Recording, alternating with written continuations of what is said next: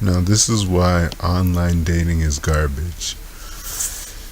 First of all, the pool of women online tend to be less attractive, less physically appealing than what you might see in other places in real life. So, for example, if you take any place where a large number of young women congregate, you'll probably see a lot of physically attractive women, right? So whether that could be a nightclub, a college campus, wherever there's a lot of young women around, a city street, you'll see a lot of attractive, nice looking women. But you go on the internet and you look at some of these websites like Plenty of Fish, for example, whichever other websites they are, and you look at the pictures of women, they don't look that good. So that's number one. Number two, you don't know if these people are real or not because it is the internet. Like the old joke goes, on the internet nobody knows you're a dog. Well, you don't know who these women are. So-called women, they could be fake. Dating websites put up fake profiles to attract more men. They send out fake emails. You have scammers who they're trying to make money from men, try to sign you up to, get you to sign up to websites and get information from you and all this stuff. There's all kinds of scammers on the internet. Fake people pretending to be women.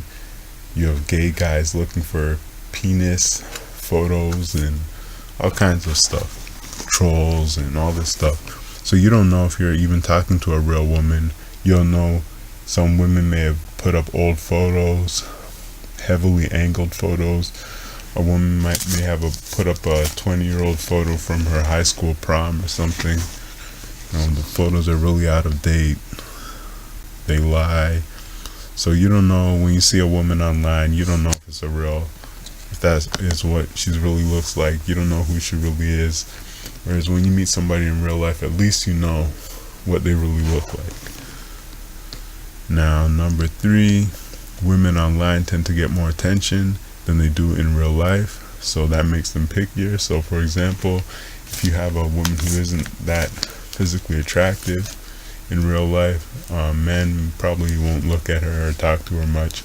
On the internet, because it's so easy to just send women messages online, it doesn't take that much effort. You just press click, you just press a button and you send a woman a message. Women get inundated with messages. They get a tsunami of messages, even if they could be unattractive, because men just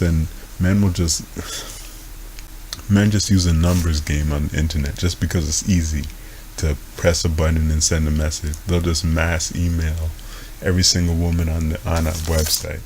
So all these women get so many messages. And so, because they have they're getting so much attention, they get pickier. So, women online tend to be much pickier than they are in real life. Now, number four, women online tend to have a long list of demands, and they have even more demands online than they have in real life, which is probably correlated to them getting so much more attention online than they get in real life. So, they have a feeling that they have all these options, even though they may not really have these options, but they feel like that because they're getting all these messages. And furthermore, these demands that they have online do not necessarily correlate with what they actually find attractive in real life. So people have said women don't know what they want, and they don't know what they're really attracted to, because they say they're attracted to one thing, but then they're attracted to something else. Kind of like that whole nice guy thing. Like girls, women say they want nice guys, but then they choose assholes. Well, same thing goes for online. They say they want all these things. They have this whole list of stuff that they want, but then that's not necessarily what they're even attracted to. If they had it, they would. If they meet a man who meets all these so-called requirements that they have, they may not even really be attracted to him. So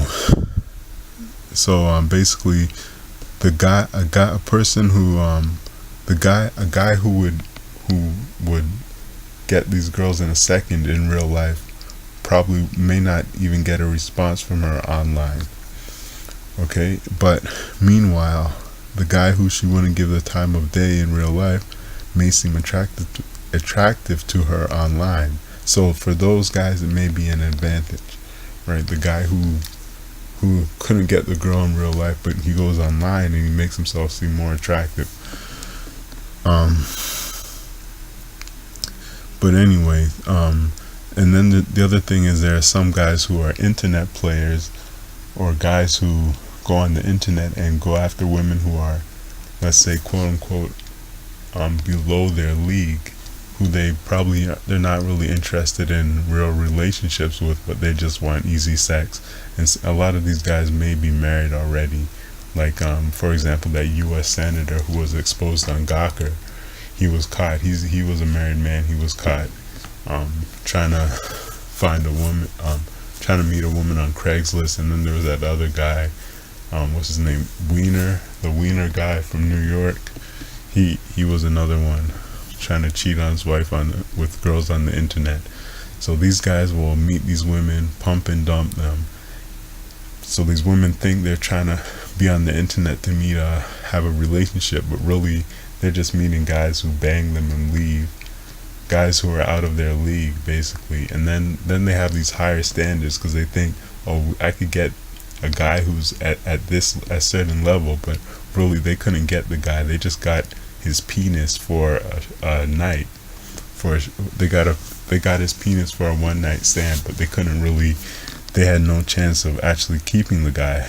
But because they got sex from him, they think they could get a relationship with a guy who meets that standard. So then they have these higher standards after being pumped and dumped by these internet players. And they're also kind of cynical and more bitter because the guys didn't stay around. So then they get more picky. They start making more demands, and it just goes downhill from there. And number 5, I think it is number 5. There's no real chemistry or attraction online, so it's easy to lie online. A man could say he's a 7-foot tall billionaire with rippling muscles and a PhD who speaks 15 languages and is a lion tamer and astronaut in his spare time, but he could really be a 4-foot tall, obese and unemployed man who lives in his mother's basement. And women could say that women could use 40-year-old photos from their high school prom in the 1970s and take heavily angled shots and all this stuff. So it's all fake, this internet stuff. Whereas, at least in real life, you can't really lie about certain things about yourself. Like you could lie about your name and stuff, but there's in real life you actually see a person, you see what they look like, you see how they act.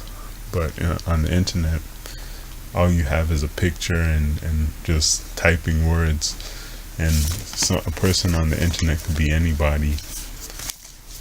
Could be a dog who, like they say on the internet, nobody knows your dog. So it could be somebody's pet dog on the internet, you wouldn't know. So the internet's fake.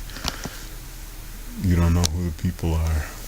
There's no real attraction or no real chemistry. So all those are the reasons why internet dating is garbage, in my opinion. Now, if it works for other people, good for them, but I don't do it because it doesn't work for me.